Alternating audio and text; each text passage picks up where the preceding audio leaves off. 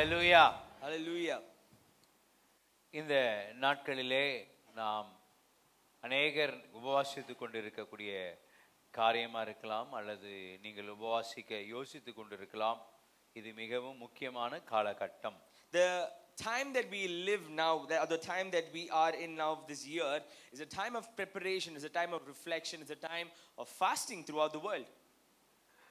இன்றைக்கு நான் பேசக்கூடிய பிரசங்கத்தின் தலைப்பானது மறுரூபத்திற்காக ஆயத்தப்படு. The topic or the title for my sermon today is Get Ready for the Transformation. இந்த 40 நாட்கள் எதுக்காக உபவாசிக்கிறாங்க? இந்த 40 நாட்கள் லென்த், இந்த 40னுடைய முக்கியத்தன்மை அல்லது இம்பார்ட்டன்ஸ் என்ன என்பதை நான் கொஞ்சம் ஆராய ஆரம்பிச்சேன். I was doing a lot of research on why they are fasting for 40 days or why they're doing this 40-day fasting and in this time of Lent. So I started to research more on the significance of the number 40 in the Bible.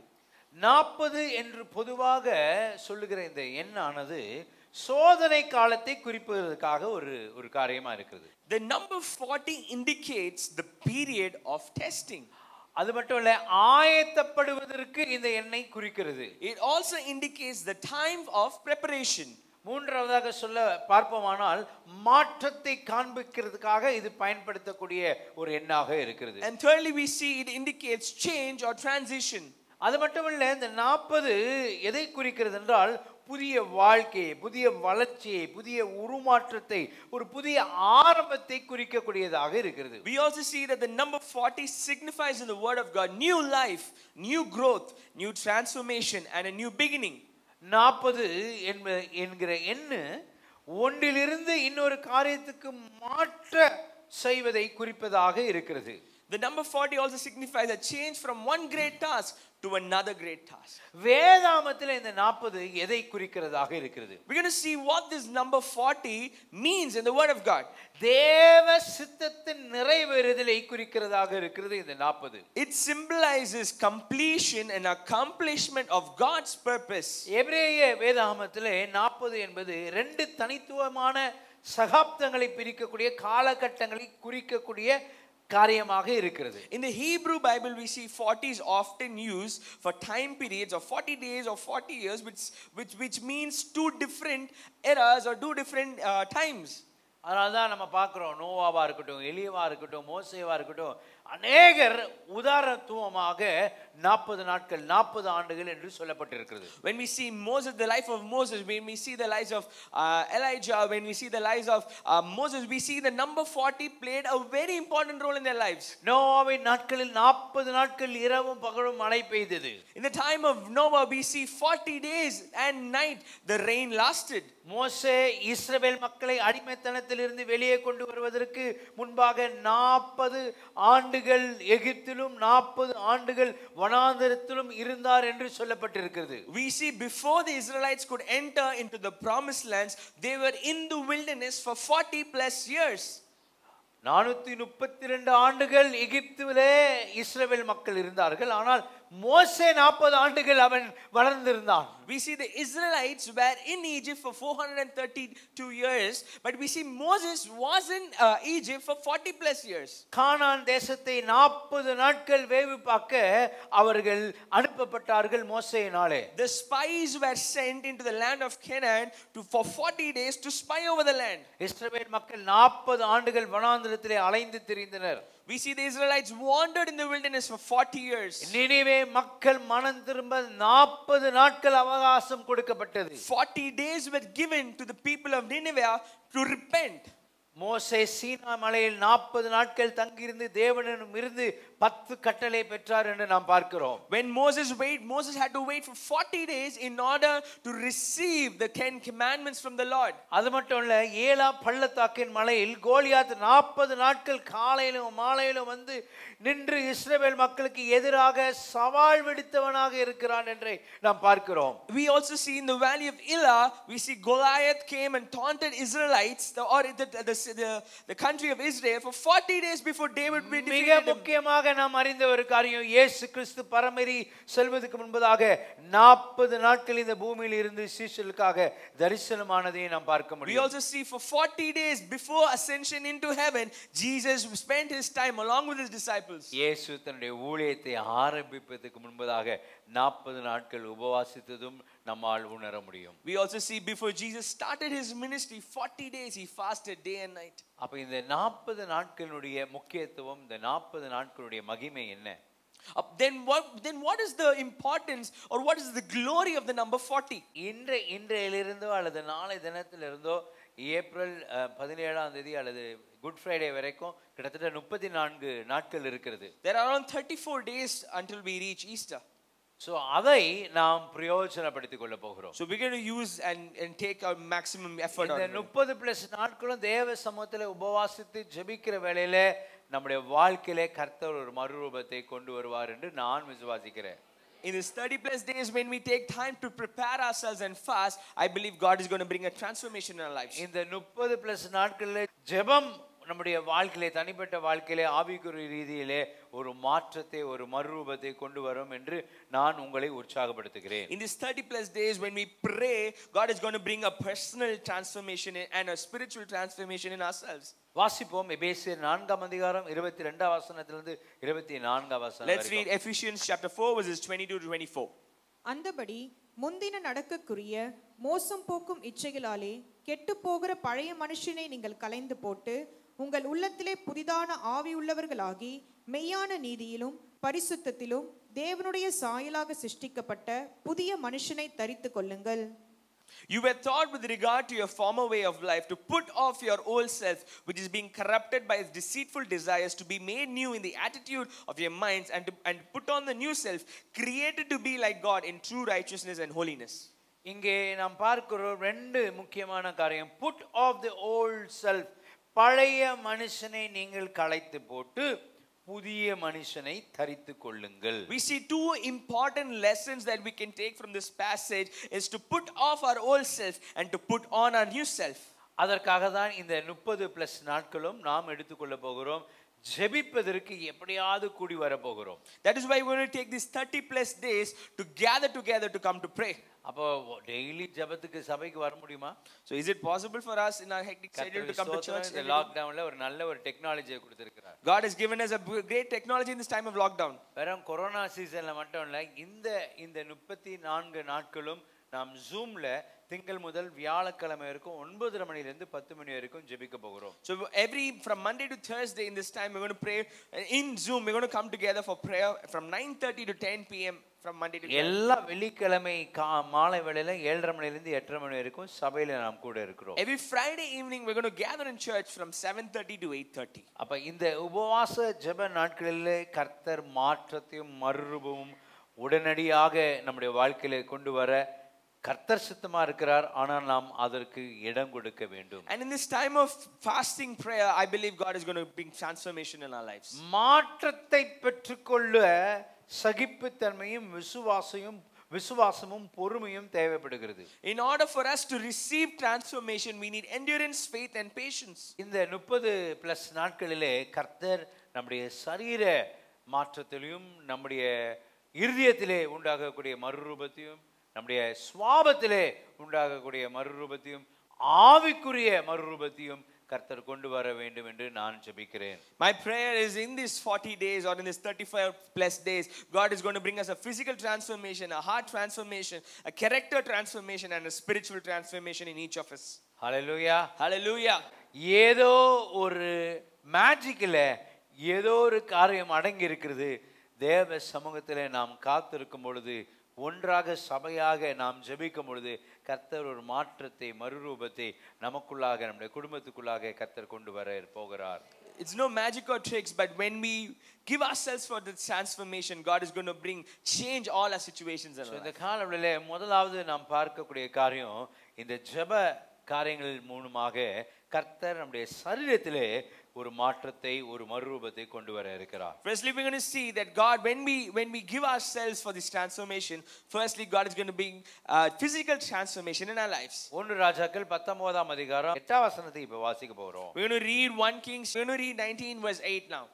அப்பொழுது அவன் எழுந்திருந்து புசித்து குடித்து அந்த போஜனத்தின் பலத்தினால் 40 நாள் இரவு பகல் ஓரேப் என்னும் தேவனுடைய பர்வதம் மட்டும் நடந்து போனான். So he got up, ate and drank. Strengthened by that food, he traveled 40 days and 40 nights until he reached Horeb, the mountain of God. 450 பாகால் தீர்க்கதரிசிக்கு முன்பதாக சவால் விட்டு அவர்கள் நடுவில் கர்த்தரே தேவன் என்று அறிக்கை செய்த எலியா இப்பொழுது ஒரு பெண்மணியாகிய யேசபேலுக்கு பயந்து ஓடிப்போய் சூரியச்செடியின் கீழே படுத்து தன் ஜீவனை எடுத்துக்கொள்ளும்படி ஜெபிக்கிறார். We see Elijah after challenging the 450 Baal prophets. Now he goes and after challenging them, he goes afraid of Jezebel. He goes and hides for his life. அந்த சூழ்நிலை சோர்ந்து போய் இருக்கக்கூடிய அந்த சரீரத்தை தேவதூதன் தட்டி எழுப்பி அங்கே போஜனத்தை கொண்டு வருகிறார். And we see at that time when Elijah was weak spiritually and emotionally and physically, we see the angel of the Lord brought him food. அதாவது சூடான ஒரு அப்பத்தை அந்த கல்லின் மேலே சுட்டு அங்கே கொண்டு வருகிறதை நாம் பார்க்கிறோம். We see a hot bread or a hot patty was given to him. Hallelujah, hallelujah. அதாவது அப்பவே டன்சோ இருந்திருக்கு. டன்சோ அதாவது நிறைய காரியம் பைபிள்ல இருந்து தான் கத்துக்கிறாங்க. We see that the world learns a lot of things from the Bible. The Dunzo அந்த நாட்களே யார் கொண்டு வந்தாங்கன்னா ஏஞ்சல் டன்சோ பண்ணார். We see the angels did the dancer services at that time. அதாவது இவன் பயந்து பெண்மணிக்கு பயந்து ஓடி இப்ப அந்த சூரியச்செடியின் கீழே படுத்துட்டு இருக்காரு. செத்தா பரவாயில்ல அப்படின்னு நினைத்து பயந்து இருக்கக்கூடிய சூழ்நிலையிலே கர்த்தர் ஒரு பெரிய அப்பத்தை சுட சுட அந்த மனுஷன் கொடுக்கிறார். When we see when he was fearful, when he feared for the loss of his life, we see God had strengthened him with that food. அந்த ஒரு ஆகாரத்தை சாப்பிடுவது நிமித்தமாக 40 நாட்கள் அவனுக்கு தேவையான சரீர பலத்தை கர்த்தர் கொடுத்ததை நாம் பார்க்க முடியுது. Just by consuming that food which was given by the angel, he had the strength to travel for 40 days and 40 nights. அப்ப ஒருவேளை இதுவரைக்கும் இந்த உங்க வாழ்க்கையிலேயே ஒரு நாள் கூட ஒரு வாட்டி கூட உபவாசம் பண்ணாதவர்களுக்கு நான் சொல்லுகிறேன், ஒருவேளை 3 வேளை உபவாசம் பண்ண முடியாம இருந்தாலும் ஒரு வேளையாவது உபவாசிக்க நீங்க இந்த 34 நாட்கள் கொஞ்சம் முயற்சி எடுங்க. If you've never fasted in your life, let me challenge you or let me encourage you in the next 34 days, try to maybe for 3 meals you might not be able to fast. At least try fasting for a meal. நம்முடைய பலவீனங்களிலே தேவனுடைய பலன் பூரணமாய் விளங்கக்கூடியது. In our weakness his strength is made perfect. நீங்க சொல்லலாம் pastor நான் diabetes, நான் வந்து BP patient, arthritis, இதெல்லாம் நான் எப்படி வெச்சு நான் எப்படி ஃபாஸ்ட் பண்றதுன்னு நீங்க சொல்லலாம். You might say I have diabetes, I have arthritis, I have this that, but how having all these diseases, how can I fast? நான் சொல்றேன் கர்த்தர் உங்களுக்கு பலனை தருவார். Let me tell you, God will strengthen you. ஒரு ஆகாரத்திலே 40 நாட்களுக்கு எலியாக்கு கர்த்தர் பலன் தர முடியும்னா, if God can strengthen Elijah for 40 days with one food, உங்களுக்கு 2 வேளை நீங்க சாப்பிட்டாவே போதுமான பலனை கர்த்தர் தந்துருவார். when you consume meals for 2 meals, God will strengthen you. கர்த்தருடைய பரிபூர்ணமான தெய்வீக பலன் உங்கள் சரீரத்தை மாற்றக்கூடியதா இருக்குது. God's divine strength causes us to undergo physical transformation. இரண்டாவதாக, secondly, heart transformation, இருதய மறுரூபம். we see heart transformation. Jonah 3ஆம் அதிகாரம் 4ஆம் வசனத்தை வாசிக்க கேட்போம். Let's read Jonah chapter 3 verse 4. YONO நகரத்தில் பிரவேசித்து ஒரு நாள் பிரயாணம் பண்ணி இன்னும் 40 நாள் உண்டு, அப்பொழுது நினிவே கவிழ்க்கப்பட்டு போம் என்று கூறினான்.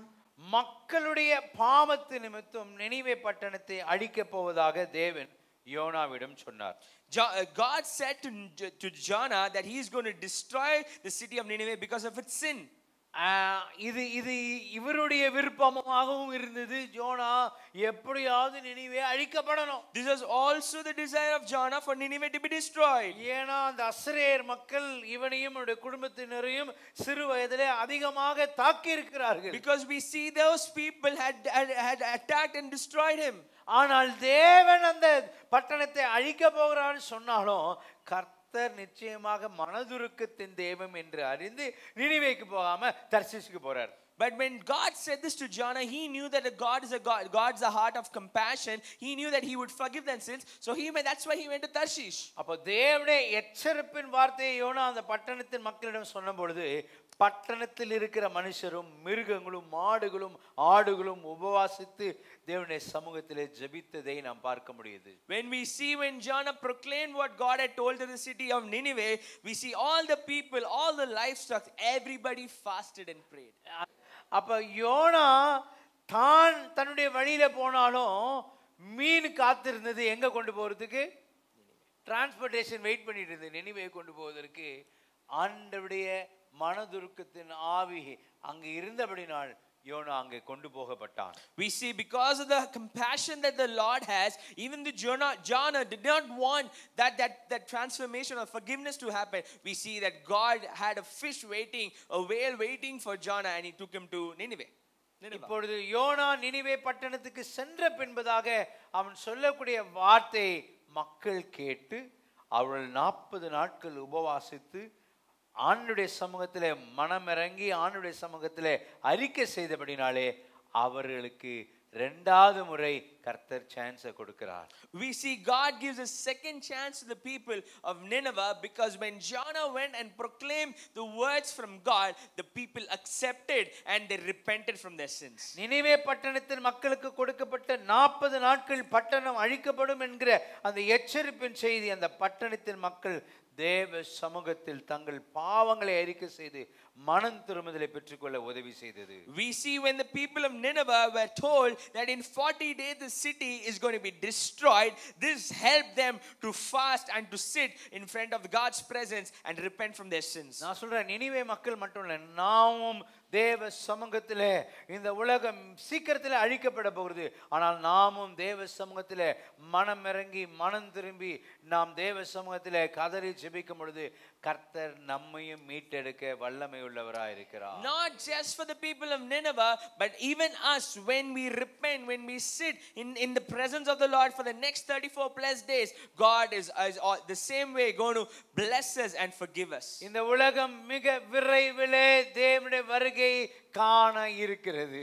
The world is going to see the second coming of the Lord very soon. இந்த உலகம் வெகு சீக்கிரத்திலே அழிக்கப்பட போகிறது.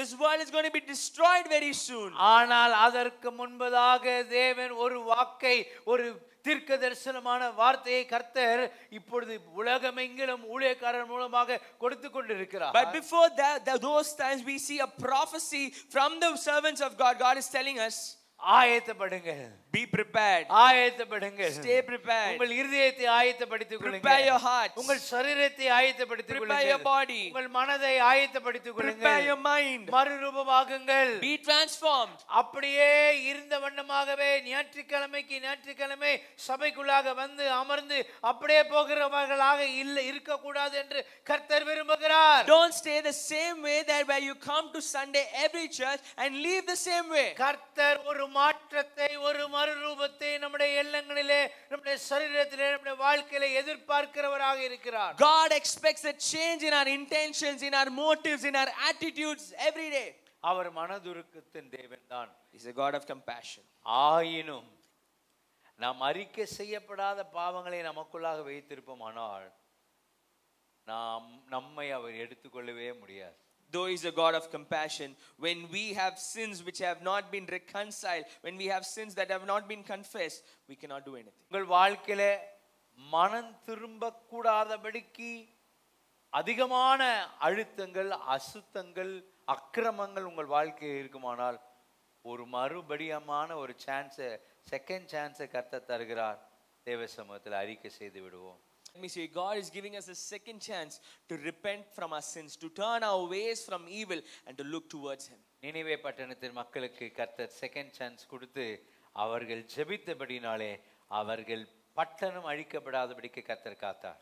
We see for the people of Nineveh, God gave a second chance. Because they repented and confessed, God gave them a second chance. இங்க என்ன மாற்றம் உண்டானது தெரியுமா? What transformation happened here? இருதய மாற்றம் உண்டானது. A heart transformation happened. தேவனுடைய மனதுருக்கமும் தேவனுடைய மீட்பின் திட்டமும் அவளுக்கு இருதய மாற்றத்தை கொண்டு வந்தது. God's compassion and redemption causes us to undergo heart transformation. மூன்றாவது, Thirdly, சுபாவ மாற்றம், character transformation.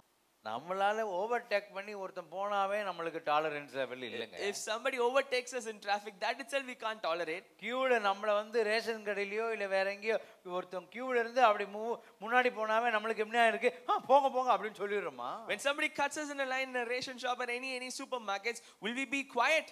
அப்புறம் பொத்துக்குன்னு வெளியே வருது. நம்முடைய அது நமக்குள்ளாகவே இருக்கிறது. That's within us. இந்த மனுஷனை கொஞ்சம் பாப்போமே. Let's see this person. ஆதியாகமம் 7ஆம் அதிகாரம் 4ஆம் வசனம் 12ஆம் வசனம். Genesis chapter 7 verses 4 and verses 12. ஆண்டவர் சொல்கிறார், இந்த பூமி அழிக்கப்பட போகிறது. God says this world is going to be destroyed. மழை பெய்யாத பூமியிலே மழையை பொழிந்தருள செய்ய போகிறேன் என்று சொல்கிறார். He is saying that he is going to make rains come where there is no rain. வெள்ளம் வர போகிறது என்று சொல்கிறார். He says that there's going to be a great flood. ஆனபடினால பேழையை மக்கள் உள்ளே வருவதற்கு ஆயத்தப்படுத்த சொல்கிறார். So he asks him to prepare an ark where people could come in. அதுக்குள்ளாக மிருக ஜீவன்களை கொண்டு வர கர்த்தர் சொல்கிறார். For animals God says to bring that. எத்தனையோ நாட்கள் எத்தனையோ வாரங்கள் நோவா சொல்லிக் கொண்டிருக்கிற வார்த்தையை and Noah after persistently telling for many weeks also அவர்கள் நிராகரித்து விட்டார்கள். They did not hear Noah. வாசிப்போம் 4ஆம் வசனம் 12ஆம் வசனம். Let's read verses 4 and verses 12. இன்னும் 7 நாள் சென்ற பின்பு 40 நாள் இரவும் பகலும் பூமியின் மேல் மழையை வர்ஷிக்க பண்ணி நான் உண்டாக்கின ஜீவ ஜந்துக்கள் அனைத்தையும் பூமியின் மேல் இராதபடிக்கு நிக்கிரகம் பண்ணுவேன் என்றார். 40 நாள் இரவும் பகலும் பூமியின் மேல் பெருமழை பெய்தது. 7 days from now I will send rain on earth for 40 days and 40 nights, and I will wipe from the face of the earth every living creature I have made. And rain fell on the earth 40 days and 40 nights. மனிதர்களின் பாவம் இந்த பூமியிலே அதிகமாக பெருகின போது நோவாவின் நாட்களில் தேவன் இந்த உலகத்தை அழிக்க தீர்மானம் செய்தார். When sin started to expand in this world, God started to wanted to destroy this world because of the sin which was present. அதன்படி 40 நாட்கள் இரவும் பகலும் இந்த பூமியிலே மழை பெய்தது, எல்லாவற்றையும் அழித்து போட்டது. And in accordance with that we see 40 days and 40 nights the great flood came and destroyed everything. ஆதியாகமம் 7ஆம் அதிகாரம் 1ஆம் வசனத்தில் 3ஆம் வசனத்தை வாசிக்க Genesis chapter 7 verses 1 to 3. கர்த்தர் நோவாவை நோக்கி, நீயும் உன் வீட்டார் அனைவரும் பேழைக்குள் பிரவேசியுங்கள். பூமியின் மீதெங்கும் வித்தை உயிரோடே காக்கும் பொருட்டு நீ சுத்தமான சகல மிருகங்களிலும் ஆணும் பெண்ணுமாக எவ்வேழு ஜோடும், சுத்தமில்லாத மிருகங்களில் ஆணும் பெண்ணுமாக ஒவ்வொரு ஜோடும், ஆகாயத்து பறவைகளிலும் சேவலும் பேடுமான எவ்வேழு ஜோடும் உன்னிடத்தில் சேர்த்துக்கொள். உன்னிடத்தில் சேர்த்துக்கொள். எல்லா மிருக ஜீவன்களும் நீயும் உன் வீட்டாரும் இந்த பேழைக்குள் பிரவேசிங்க என்று கர்த்தர் கட்டளையிட்டார். Take with you many pairs, 7 pairs of every kind of clean and unclean animals, and also bring your family. அப்ப 40 நாட்கள் மழை பெய்த பின்பதாக தேவன் ஒரு புதிய உலகத்தை உண்டாக்க போகிறார் என்று அங்கே நோவாக்கு ஏற்கனவே தெளிவா சொல்லிட்டார். And God says to Noah, after these 40 days of destruction of his flood, God is going to create a new world. ஆனாலும் நோவா தாத்தா விடவேல, எல்லாம் கட்டை அடிக்கிறாரு, பெயிண்ட் அடிக்கிறாரு, எல்லாம் ரெடி பண்றாரு. ஒவ்வொரு நாளும் போய் சொல்றாரு, மழை பெய்ய போகுதுப்பா, பேழை மூட பற போகுதுப்பா, உள்ள வந்துருப்பான்னு சொல்றாரு. ஒரு பையனும் கேட்கவே மாட்டான். But even after God saying this, Noah persistently kept saying that come into this ark, come and be prepared, the world is going to be destroyed, but nobody gave an ear to him. இந்த நாட்கள் அப்படிதான் வெளியில இருக்கக்கூடிய மக்கள் இன்னும் நாம் சொல்வதை நகைத்து சிரித்து கொண்டிருக்கிறார்கள், அதை நம்ப மாட்டாங்க. நேரம் வரும், அந்த நேரத்துல தான் அவர்கள் உணர்வார்கள். Even these days we see when we say something, people outside, people who do not know the Lord are making, humiliating us, are ridiculing us. They might not know what is happening now, but they will definitely know in the coming time. அவர்கள் அழிக்கப்படக்கூடாதபடிக்காக தான் தேவனாகிய கர்த்தர் கிறிஸ்துவாகிய குமாரனை நமக்காக இந்த உலகத்தில் அனுப்பினார். For them to not be destroyed, that is why God Almighty sent His only begotten Son Jesus to them. அதாவது இன்னும் இந்த உலகத்தில் 160 கோடி மக்கள் இயேசுவை அறியாமல் இருக்கிறாங்க. We see 160 crore people are still unreached in this world. 130 கோடிக்கு மேல இந்தியாவிலே இயேசுவை அறியாமல் இருக்காங்க. 130 crore people in India have not heard about Jesus. அவங்களுக்கு சொல்வதற்கு ஆள் இல்லனா எப்படி அவங்களுக்கு இயேசு பத்தி தெரியும்? If there's nobody to tell them about Jesus, how can they hear? அதுக்காக தான் இந்த நாட்களிலே பாரப்பட்டு நம்ம இந்த 35 நாட்களும் அதுவும் ஒரு பங்காக இந்த 35 நாட்கள் ஜூம்ல நம்ம ஜெபிக்க போகிறோம். And that is why we're going to pray for this also in the 35 days of prayer. 40 நாட்கள் இரவும் பகலும் உண்டான வெள்ளப்பெருக்கின் போது பேழைக்குள் நோவா மிருக ஜீவனில் ஒருவனாக நோவா இருந்தான். We see for these 40 days and 40 nights Noah and his family were one among the animals present inside. குரங்கு இருந்துச்சு. There was பேழைக்குள்ள குரங்கு இருந்துச்சு. there was monkeys in the ark. நாய் இருந்துச்சு. You see the dogs. சிங்கம் இருந்துச்சு. You see there were lion. கரடி இருந்துச்சு. Bears. எல்லா வித்தியாசமான பறவைகள். All kinds of feathered friends. எவ்வளவு ஒரு சகிப்புத்தன்மை தேவைப்பட்டிருக்கும். Think of the tolerance that Noah had to have. ஆனா இந்த 40 நாட்களுக்கு பின்பதாக, but after these 40 days, இந்த 40 நாட்களுக்கு முன்பதாக நோவா எப்படி இருந்தாருன்னு தெரியல. we don't know how Noah was before these 40 days. ஆனா ஆண்டவர் முழுசு Noah மாத்திட்டார். But after these 40 days God transformed him. Hallelujah. Hallelujah. இந்த உலகத்துல இந்த பேழைக்குள் இருந்தது போல நிறைய மக்கள் மிருக ஜீவன்கள் போல நம்ம கூடயே தான் வேலை செய்வாங்க, நம்ம வீட்ல தான் இருப்பாங்க, நம்ம சுத்தி மக்கள் இருப்பாங்க தான். We might have many people like these animals around us in our workplace, in our houses, everywhere. அன்றைக்கு நோவாக்கு கர்த்தர் கொடுத்த அந்த சகிப்புத்தன்மை நமக்கும் தர வல்லமை உள்ளவராய் இருக்கிறார். The God who gave Noah the tolerance is also going to give you and me. 40 நாட்கள் ஜெபத்துல நாம ஜூம்லயும் அல்லது வெள்ளிக்கிழமை வந்து இங்க கலந்து கொள்ளும் போதும் கர்த்தர் நிச்சயமாக நம்முடைய வாழ்க்கையில ஒரு சுவாப மாற்றத்தை, நமக்கு தேவையான endurance சகிப்புத்தன்மையை கர்த்தர் தருவாராக. In this time of prayer when we come together God is definitely going to fill us with endurance. நான்காவதாக, fourthly, ஆவிக்குரிய மாற்றம். a spiritual transformation. மோசேக்குள்ளாக நடந்த அந்த ஆவிக்குரிய மாற்றம் we're going to see it from the life of Moses. யாத்ராகமம் 24ஆம் அதிகாரம் 12ஆம் வசனம் 12ஆம் வசனம். we're going to read from Exodus 24:12 and 18. கர்த்தர் மோசேயை நோக்கி, நீ மலையின் மேல் என்னிடத்திற்கு ஏறி வந்து அங்கே இரு, நான் உனக்கு கற்பனைகளையும் நீ அவர்களுக்கு உபதேசிப்பதற்கு நான் எழுதின நியாயப்பிரமாணத்தையும் கற்பனைகளையும் கொடுப்பேன் என்றார்.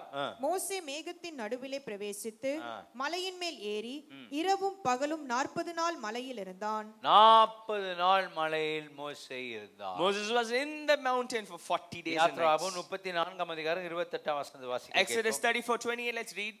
அங்கே அவன் அப்பம் புசியாமலும் தண்ணீர் குடியாமலும் இரவும் பகலும் 40 நாள் கர்த்தரோடே இருந்தான். அவன் 10 கற்பனைகளாகிய உடன்படிக்கையின் வார்த்தைகளை பலகைகளில் எழுதினான். ஹalleluya, hallelujah. சீனாய் மலையிலே 40 நாட்கள் மோசே புசியாமலும் குடியாமலும் இருந்து 10 கட்டளைகளை பெற்றுக்கொண்டான். Moses received the 10 commandments in Mount Sinai without eating anything for 40 days and 40 nights. அதாவது இந்த 5 ஆகமங்கள் இருக்கு தெரியுமா? We see the 5 Pentateuchs. அதுல ஆதி ஆகமம், யாத்ராகமம், எண்ணாகமம், லேவியராகமம், அது வந்து ஒரு ஹிஸ்டரி புக் மாதிரி.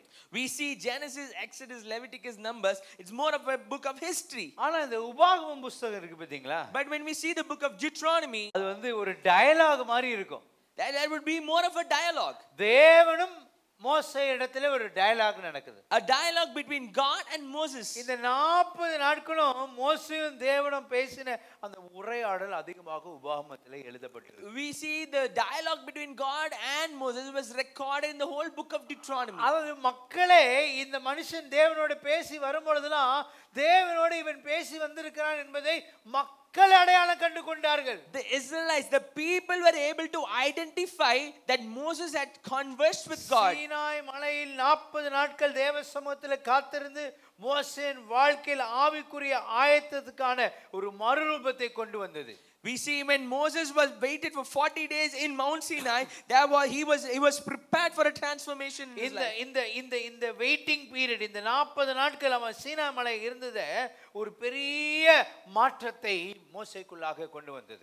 We see these 40 days of waiting brought a big change in life of Moses. ஆழமான ஆவிக்குரிய மறுரூபம் மோசேக்குள்ளாக உண்டானது. A deep spiritual transformation happened. எப்பொழுதெல்லாம் தேவ பிரசன்னத்திலே சபையிலும் சரி இப்படி தேவ சமூகத்திலே காத்திருக்கும் பொழுது கர்த்தர் அவருடைய பிரசன்னத்தின் வாயிலாக நம்மோடு கூட இடைப்படுகிற தேவனாய் இருக்கிறார். And whenever we wait the same way in church, in gathering, God is bringing a same change in our life. சபைக்குள்ளாக வெறும் பாடல் பாடுவதற்காக நாம் வருவதில்லைங்க. Not just to sing songs.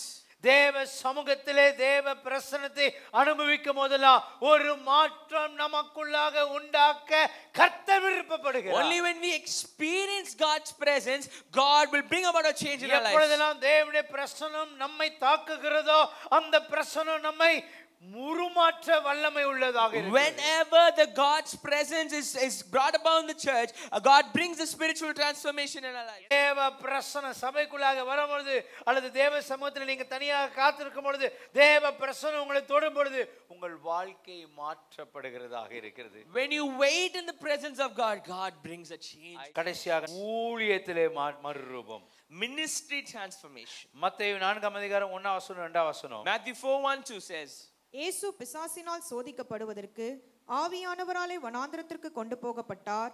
அவர் இரவும் பகலும் 40 நாள் உபவாசம் இருந்த பின்பு அவருக்கு பசி உண்டாயிற்று. இயேசு கிறிஸ்து தன்னுடைய ஊழியத்தை ஆரம்பிப்பதற்கு முன்பதாக 40 நாட்கள் உபவாசிக்க வேண்டியது அவசியமா இருந்தது. we see before Jesus Christ started his ministry in this earth, we see that he had to wait for 40 days fasting. 100% மனிதன் 100% தெய்வமாக இருந்தார். God was 100% God. Jesus was 100% God and man. அவருக்கு இது செய்ய வேண்டியது அவசியமா? It was not necessary for him to do. அவர் முன்மாதிரியை வைத்தார். He was an example for us. இயேசுவே 40 நாட்கள் உபவாசித்து இருக்க முடியுமானால், If Jesus had to fast for 40 days, உங்களால 3 வேளை 40 நாட்கள் உபவாசிக்க முடியாமல் போனாலும் even if you're not able to fast for 3 meals for 40 ஒரு வேளையாவது உபவாசிக்க கற்றுக்கொள்ளுங்க. காலையில உபவாசிக்க முடியும்னா உபவாசிங்க.